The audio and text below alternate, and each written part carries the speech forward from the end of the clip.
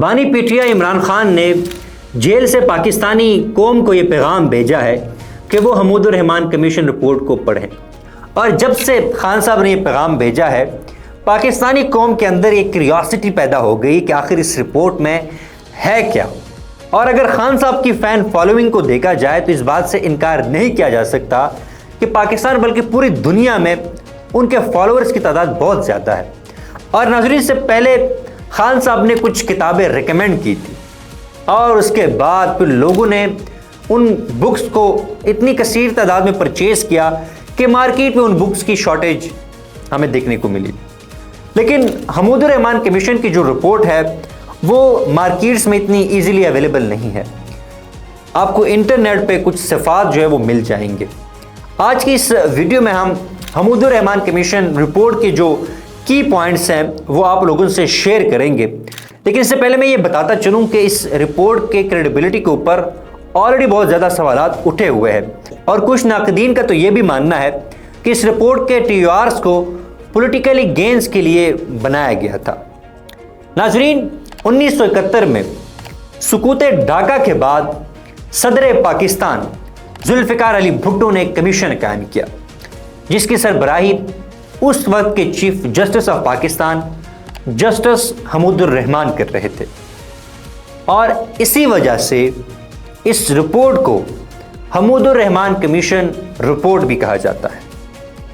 اس commission نے اپنی report 1974 میں اس وقت کے صدر پاکستان ذوالفقار علی بھٹو کو سبمٹ کی، لیکن اس وقت کی حکومت نے اس رپورٹ کو پبلش نہیں کیا۔ یہاں پہ بڑا اہم سوال اٹھتا ہے کہ بھٹو صاحب نے اس کمیشن کو بنایا تھا، لیکن اس کمیشن کی جو رپورٹ تھی اس کو پبلش نہیں کیا بلکہ سیکرٹ رکھا گیا۔ بعد میں سن 2000 میں اس رپورٹ کو بھارت اور پاکستان کے کچھ نیوز پیپرز نے پبلش کیا، لیکن زیادہ تر ہمیں اس کی جو پبلیکیشن ہے وہ بھارت سے دیکھنے کو ملتی ہے۔ جیسا کہ میں نے پہلے سے ہی آپ کو واضح کیا کہ یہ رپورٹ جو ایک ذہین کتاب پر مشتمل ہے، لیکن وہ آپ کو ہر جگہ سے نہیں ملے گی، کچھ صفحات جو ہے وہ انٹرنیٹ پر آپ کو آرام سے مل جائیں گے۔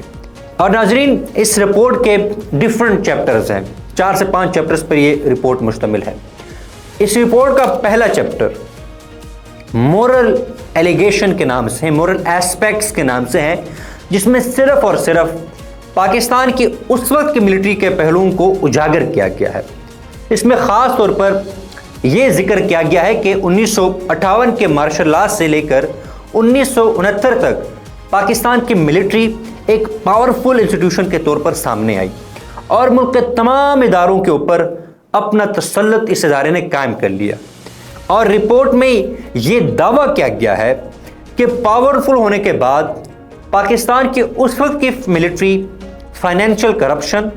غیر قانونی طریقے سے زمینوں کا حصول اور حتیٰ کہ سمگلنگ تک میں ملوث پائی گئی ہے۔ اور اس رپورٹ میں یہ بھی بیان کیا گیا ہے کہ اس وقت کے پاک فوج کے میجر جنرل فرمان کے مطابق جنرل نیازی پان تک کی سمگلنگ میں انوالو تھے۔ اس کے علاوہ اس پہلے چیپٹر میں یہ بھی تحریر کیا گیا ہے کہ اس وقت کی اسٹیبلشمنٹ کی اعلیٰ قیادت مختلف خواتین کے ساتھ ناجائز تعلقات بھی رکھتی تھی، جس میں لاہور کی ایک خاتون سیدہ بخاری اور سیالکوٹ کی رہائشی شمینی فردوس شامل ہے۔ اور اس رپورٹ میں کہا گیا ہے کہ جنرل نیازی کے ان دونوں خواتین کے ساتھ گہرے مراسم تھے اور دونوں خواتین کا تعلق پروسٹیٹیوشن کے شعبے سے تھا۔ اس رپورٹ میں اس بات کا بھی ذکر کیا گیا ہے کہ 1971 میں ایسٹ پاکستان میں آپریشن کے دوران پاکستان کی ملٹری نے اور وہاں پہ جو چیزوں کو سنبھال رہے تھے پاورفل ایکٹر جو تھے، انہوں نے اپنی غذائی ضروریات پوری کرنے کے لیے وہاں کے لوکل جانوروں کو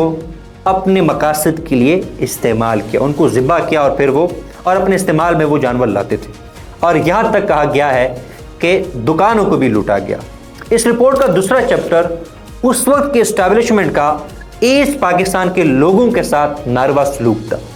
اس رپورٹ کے مطابق ایسٹ پاکستان میں آپریشن کے دوران خواتین بزنس مین حتیٰ کہ دانشوروں تک قتل کیا گیا، ان کو ہراس کیا گیا۔ اس رپورٹ میں یہ بھی ذکر کیا گیا ہے کہ اکارڈنگ ٹو بنگالیز اتھارٹیز اس ملٹری آپریشن میں تقریباً 30 لاکھ لوگوں کا قتل عام ہوا اور 2 لاکھ سے زائد عورتوں کا ریپ ہوا. لیکن پاکستان آرمی کے مطابق ان کے جو اعداد و شمار کو جب ہم دیکھتے ہیں تو اس کے مطابق کیجویلٹیز کی تعداد تقریباً 26,000 اور برٹش کمیشن کی رپورٹ جو کہ 1972 میں شائع کی گئی تھی اس کے مطابق 100 سے 200 سے لگ بھگ خواتین کے ساتھ ریپ کیا گیا تھا.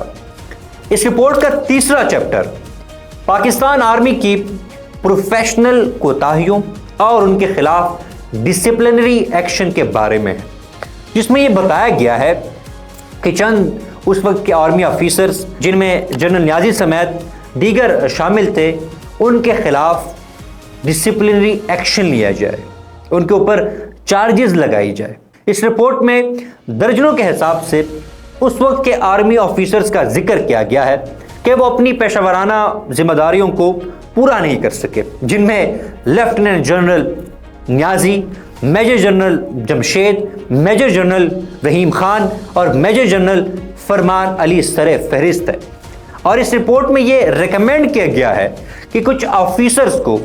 کورٹ مارشل کیا جائے اور باقی جو آفیسرز ہیں ان کے خلاف ڈپارٹمنٹل ایکشن لیا جائے. اور ناظرین، اس کے علاوہ اس رپورٹ میں جو پاکستان میں مشرقی پاکستان کی سیاسی صورتحال کے حوالے سے بھی بات کی گئی تھی. 1970 کے الیکشن کے بعد آپ سب لوگوں کو یاد ہوگا کہ پاکستان پیپلز پارٹی اور شیخ مجیب کے عوامی لیگ کے درمیان پولیٹیکل کنسنسس نہ ہونے کی وجہ سے سیاسی بحران پیدا ہوتا ہے، اور اس سیاسی بحران کی وجہ سے ہم سے ایسٹ پاکستان علیحدہ بھی ہوا ہے. اس پر ہم ایک اور ویڈیو میں بات کریں گے. لیکن حمود الرحمان کمیشن رپورٹ کے مطابق اس وقت کی حکومت وقت نے اس ایشو کو سیاسی بنیادوں پر حل کرنے کے بجائے نان ڈیموکریٹک ویز کو استعمال کیا. یہ رپورٹ سیاسی جو اس وقت لیڈرشپ تھی ان سے بلیم ہٹا کر ملٹری لیڈرشپ پر یہ بلیم ڈال رہی ہے، اور مشرقی پاکستان میں انریسٹ کو کنٹرول کرنے کے لیے ملٹری کو استعمال کیا گیا. اس رپورٹ میں لکھا گیا ہے اس دوران عوامی لیگ کے منتخب شدہ نمائندوں کو گرفتار کیا گیا اور بعد میں عوامی لیگ کو ایز اے پولیٹیکل پارٹی بین کر دیا گیا، اور اس کے بعد اس پاکستان میں ضمنی الیکشن کروائے گئے. لیکن یہ بائی الیکشن بھی مشرقی پاکستان کے صورتحال کو کنٹرول کرنے میں ناکام ہوئے، کیونکہ اس رپورٹ کے مطابق مشرقی پاکستان کے عوام کی نظر میں یہ ان کی جانب سے نمائندے نہیں تھے، انہیں ملٹری کے جانب سے امپورٹ کیا گیا تھا. اور اس رپورٹ میں اس بات کا بھی انکشاف کیا گیا ہے کہ جب مشرقی پاکستان میں انریسٹ پیدا ہوا تو عالمی اور ریجنل پاورز نے بھی صورتحال کو مینیپولیٹ کرنے میں اہم کردار ادا کیا. اور یہ تو انٹرنیشنل ریلیشنز کا ایک رول ہے کہ جہاں پہ بھی انریسٹ ہوتا ہے یا سچویشن بدلتی ہے تو آپ اپنے انٹرسٹ کو سیکیور کرنے کے لیے اس سچویشن کو ایکسپلائٹ کرتے ہیں. اور ناظرین، ان میں بھارت سر فہرست تھا. اس رپورٹ میں کہا گیا ہے جس کو روس کی مکمل حمایت حاصل تھی، اور رپورٹ یہ بھی کہتی ہے کہ پاکستان کے اس وقت کے حامی ملک امریکہ، حتیٰ کہ چائنا نے بھی خاطر خواہ سپورٹ نہیں کیا، جس نے پاکستان کو اوورآل کمزور کر دیا تھا. مشرقی پاکستان میں پاکستانی افواج کا سرنڈر اس رپورٹ کا سب سے اہم پہلو گردانا جاتا ہے، اور اس رپورٹ میں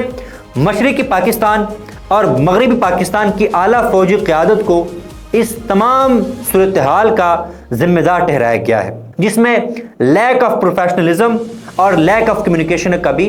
ذکر کیا گیا ہے.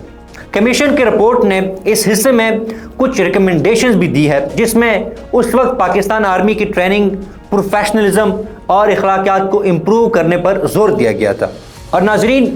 جیسا کہ میں آپ کو پہلے ہی بتا چکا ہوں کہ ہم نے اس ویڈیو میں آپ کو اس رپورٹ کے جو کی پوائنٹس تھے وہ آپ کے سامنے رکھے ہیں، اور یہ جو رپورٹ ہے ایک بڑی ذہین رپورٹ ہے، کافی صفحات پر مشتمل ہے، لیکن انٹرنیٹ پہ اگر آپ پڑھنا چاہیں تو کچھ صفحات آپ کو مل جائیں گے. اور ناظرین، اس رپورٹ میں بنیادی طور پر جو ہم نے بھی آپ کے سامنے کی پوائنٹس رکھے ہیں، مختلف اس وقت کی جو کوتاہیاں تھی، سقوط ڈھاکہ کے جو وجوہات ہیں ان کے بارے میں ذکر کیا گیا ہے کہ وہ سقوط ڈھاکہ ہوا کیوں، بنگلہ دیش پاکستان سے الگ ہوا کیوں، سیاسی بحران جو تھا اس کے ذمہ دار کون تھے. تو یہ اس رپورٹ کے مختلف ہم نے کی پوائنٹس آپ کے سامنے رکھے ہیں، لیکن اس رپورٹ کی کریڈیبلٹی کے اوپر بہت زیادہ سوالات بھی ہے کہ آخر بھٹو نے جب یہ کمیشن بنایا تھا تو اس رپورٹ کو پبلش کیوں نہیں کیا گیا، حالانکہ بھٹو کی اس وقت خود حکومت تھی۔ اسی طرح جتنے بھی سیاسی بحران ہے، اس وقت جو سیاسی بحران ہوا تھا اس کا بھی تمام تر الزام اس وقت کی اسٹیبلشمنٹ کے اوپر ڈالا گیا، تو اس کے اوپر بھی بہت زیادہ سوالات ہے۔ اگلی ویڈیو میں ہم آپ کو بتائیں گے کہ جنرل نیازی نے اپنی کتاب بیٹریل آف ایسٹ پاکستان میں اس رپورٹ کے حوالے سے کیا لکھا ہے، جنرل نیازی بھٹو صاحب کے بارے میں کیا کہتے ہیں، جنرل نیازی سقوط ڈھاکہ کے حوالے سے کیا کہتے ہیں، کن لوگوں کو ذمہ دار ٹھہراتے ہیں۔ اگلی ویڈیو کا انتظار کیجیے گا اور اس ویڈیو کے حوالے سے اپنا فیڈ بیک ہمیں ضرور دیجیے گا۔ بہت شکریہ۔